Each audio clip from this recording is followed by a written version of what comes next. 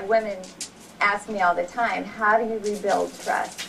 And that was huge for me because I had what I thought was the confidence that my husband was totally faithful to me up until the day before our crisis. Yes, and you also did you not also have the confidence that if he wasn't faithful, that you could believe what he said? So when we're looking at you on that tape, and we just, ran it a few minutes ago, and, Gail and I was saying, well, the way you bold-faced lied there, yeah. I would have believed you. Well, what I felt like when the scandal happened, it became my responsibility to do the things so she could trust. I didn't think it was her responsibility to trust naively because I'd been so deceitful. Yeah. So I took lie detector tests. I am super accountable about where I am, where I go. I call her constantly. I tried to think through anything that would cause her to have any doubt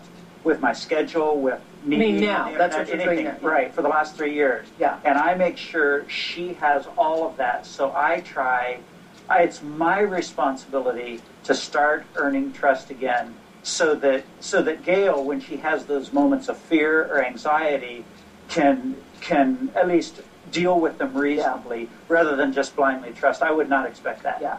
So there are actual rules, Ted, that you live by, and they are? Oh, yeah. Well, number one, I answer everything. I tweet and Facebook my schedule because I feel like not only did I violate Gail's trust, but the public's trust. Yeah. So people know today I'm in Chicago. Yeah.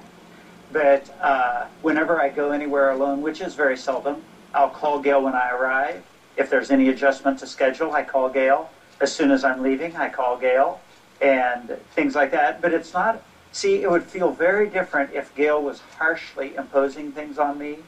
But I stepped up and I said, I'm going to do this. So I even mask it a little bit in that I'll be leaving a place and I'll say, hey, Gail, I'm leaving. Do you want me to stop somewhere and get something at the grocery store? And so that way it's not I'm checking in with my parole officer.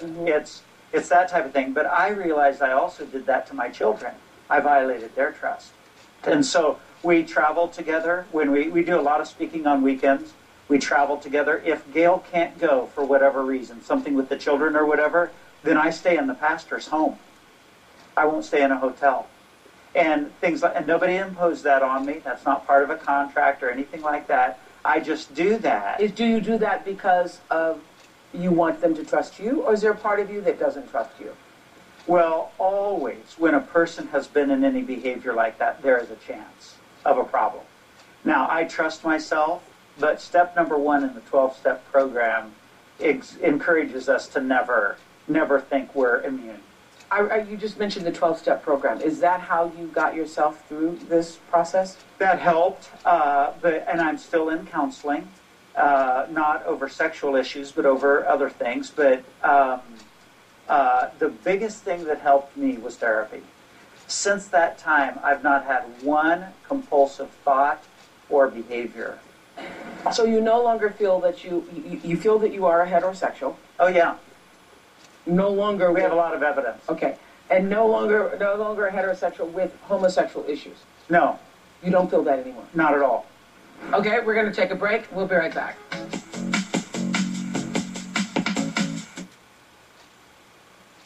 W.P. Griffin is a family-owned and operated farming and packaging facility located in Elmsdale, Prince Edward Island. Our farming business has grown to be a leading producer in specialty potato products. Thanks to a song by Paul Beckman, Palu Rainbow Song, created January 26, 2010. Using the guitar chords E7 and A7. The song is going to be called He Thinks He's Healed Himself.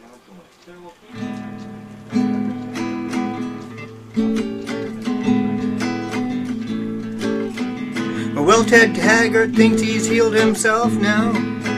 Checks in all the time. Tells his wife all the times he's gonna be somewhere if he has to be in an out-of-state location. He goes and stays at the local preacher's house instead.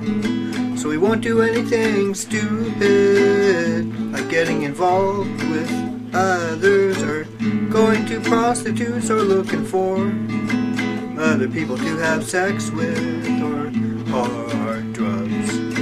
Well, that's the schedule now.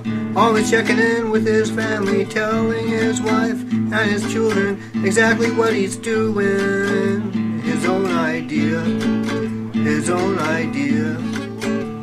Well, will it work? Will it pay off? Have they forgiven him? Will he backtrack? Will he fall down again? Or will he make it? Will they be a happy family?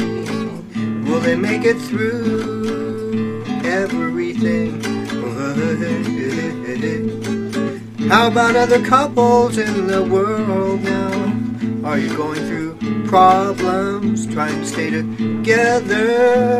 Well, I'm all for couples if you are one, to try and stay together and make it work. Make sure there's no violence or abuse. Respect each other to the fullest and to the highest. See something magical in one another. Look for the kindness and the spirit of goodness in all, in each other, your mother and father, your lover. Ooh.